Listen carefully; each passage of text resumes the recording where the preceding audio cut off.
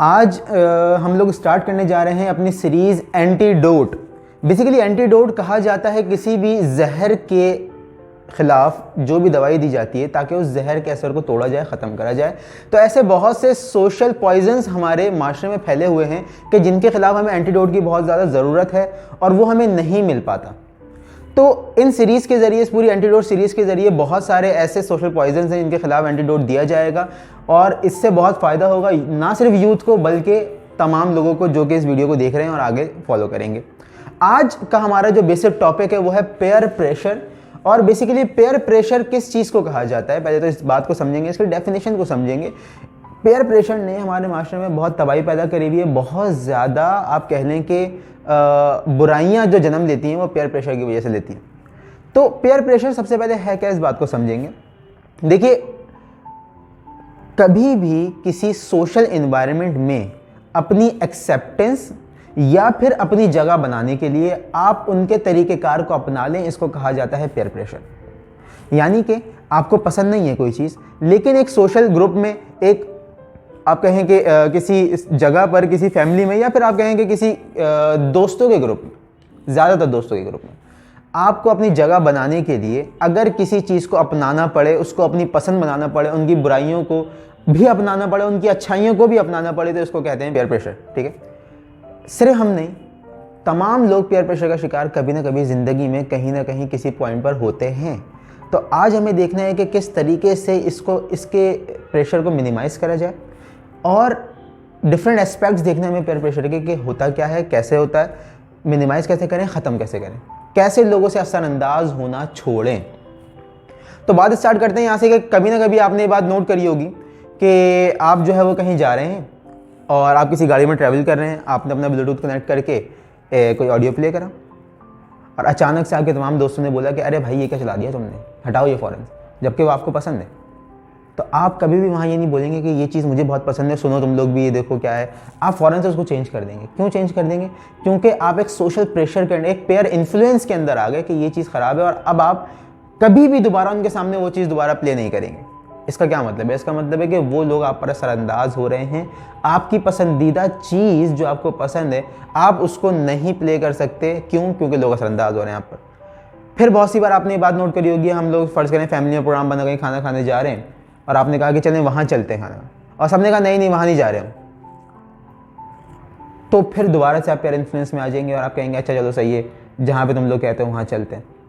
इसका मतलब है कि आप पेयर इन्फ्लुएंस में हैं, आप पेयर प्रेशर में, लोगों की बातें आप पर असरअंदाज हो रहे हैं, असरअंदाज कर रही हैं आपको। सिर्फ और सिर्फ यहीं से नहीं, अगर हम थोड़ा सा हिस्ट्री में जाएँ और हिस्ट्री से इसके वाक़यात लें तो जंग ओहद का वाक़या आप सबने सुना होगा। जंग ओहद में क्या हुआ कि रसूल अल्लाह ने एक चोटी पर, एक पहाड़ की चोटी पर कुछ सहाबा को खड़ा कर दिया और कहा कि यहाँ से हिलना मत, जो भी हो जाए यहाँ से हिलना मत, क्योंकि ख़तरा था कि पीछे से घूमकर कुफार का लश्कर जो है हमलावर हो सकता था। लेकिन हुआ क्या, जैसे ही मुसलमानों ने देखा कि रसूल अल्लाह जंग जीत रहे हैं और उन्होंने देखा कि बाकी सहाबा माले गनीमत लूट रहे हैं, तो फ़ौरन से उन्होंने पहाड़ की चोटी छोड़ी और उतरकर नीचे आ गए पेयर प्रेशर के अंदर। क्यों? ताकि हम जो है वो महरूम ना रह जाएं इस चीज़ से। बेसिकली पेयर प्रेशर जब भी आप लेते हैं या जब भी आप इख्तियार करते हैं या आप पे डाला जाता है, तो उसकी मेजर वजह ये होती है कि आपके अंदर एहसास महरूमी जन्म लेती है। एहसास महरूमी क्या? कहीं मेरी दोस्ती ना टूट जाए, कहीं सामने वाला बुरा ना मान जाए, कहीं मैं इस चीज़ से पीछे ना रह जाऊँ, कहीं मैं इस पूरे ग्रुप में कमज़ोर ना रह जाऊं। बेसिकली आपकी कमज़ोरी, आपकी महरूमी पेयर प्रेशर को जन्म देती है, आप लोगों से असरअंदाज होना स्टार्ट हो जाते हैं। एक छोटा सा वाक़या है, एक क्लिनिक में, एक डेंटिस्ट के क्लिनिक में एक औरत आके बैठी और वो अकेली थी। थोड़े टाइम के बाद वहाँ पर 2-3 और पेशेंट आगे बैठे और वहाँ पे एक घंटी बजाई गई, टू, और वो 3-4 पेशेंट खड़े हो गए और फिर बैठ गए। फिर थोड़ी देर के बाद घंटी बजी, टू, वो 3-4 पेशेंट खड़े हो गए और फिर बैठ गए। वो औरत ये चीज़ देख रही है कि ये 3-4 पेशेंट जो नए आए हैं ये बार बार खड़े हो रहे हैं और बैठ रहे हैं इस घंटी के बजने पर। 3-4 दफ़ा के बाद उस औरत ने भी उनके साथ घंटी पे खड़ा होना स्टार्ट कर दिया और बैठना स्टार्ट कर दिया। उसके बाद एक एक करके जो पेशेंट प्लांटेड थे, जो भेजे गए थे, वो वापस जाते रहे और नए पेशेंट आते रहे। इवन के एक ऐसा पॉइंट आया कि पूरे कमरे में, पूरे वेटिंग एरिया में कोई भी प्लांटेड पेशेंट नहीं है, सारे नेचुरल पेशेंट हैं जो कि आए हैं, घंटी बजती है वो सारे खड़े होते हैं और बैठ जाते हैं। ऐसा क्यों हुआ? बेसिकली ऐसा हुआ कि जो पहली पेशेंट थी, वो जो पहली औरत थी, उसने पेयर इन्फ्लुएंस में आकर वही काम करना स्टार्ट कर दिया कि जो एक ग्रुप उसके सामने कर रहा था, और फिर उसके बाद जो बाकी पेशेंट आते गए वो उस औरत को देख के वो काम करते गए। तो ये जो ट्रेंड चलता है हमारे यहाँ, ये जो आपने आजकल देखा होगा टिकटॉक पर ट्रेंड चलता है, यहाँ ट्रेंड चल रहा है, वहाँ ट्रेंड चल रहा है, हैशटैग चल रहे हैं, ये क्या है? सब पेयर प्रेशर है, सब पेयर प्रेशर है। किसी को देखकर उसकी पसंद को अपनी पसंद बना लेना इज़ अ पेयर प्रेशर। हमारी तमाम ख्वाहिशात, अगर मैं आपसे कहूँ कि अपनी ख्वाहिशात की लिस्ट बनाएं, तो 80% ख्वाहिशात उसमें से ऐसी होंगी कि जिनकी ज़रूरत ही नहीं है आपको।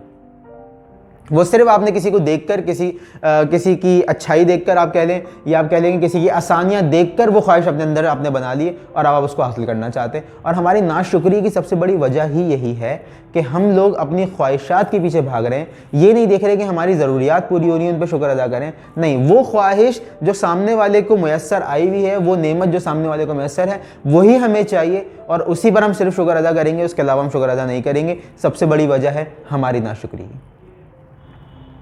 तो अब बात सारी यहाँ आती है कि इस पेयर इन्फ्लुएंस या पेयर प्रेशर को कैसे मिनिमाइज करा जाए, किस तरीके से इससे जान छुड़ाई जाए या इससे ना असरअंदाज हुआ जाए। तो हमेशा याद रखें पहली बात कि आप पेयर प्रेशर के या पेयर इन्फ्लुएंस में आना बंद नहीं कर सकते। लाजमी किसी ना किसी के पेयर इन्फ्लुएंस में आप आएंगे और पेयर प्रेशर आप पर आएगा।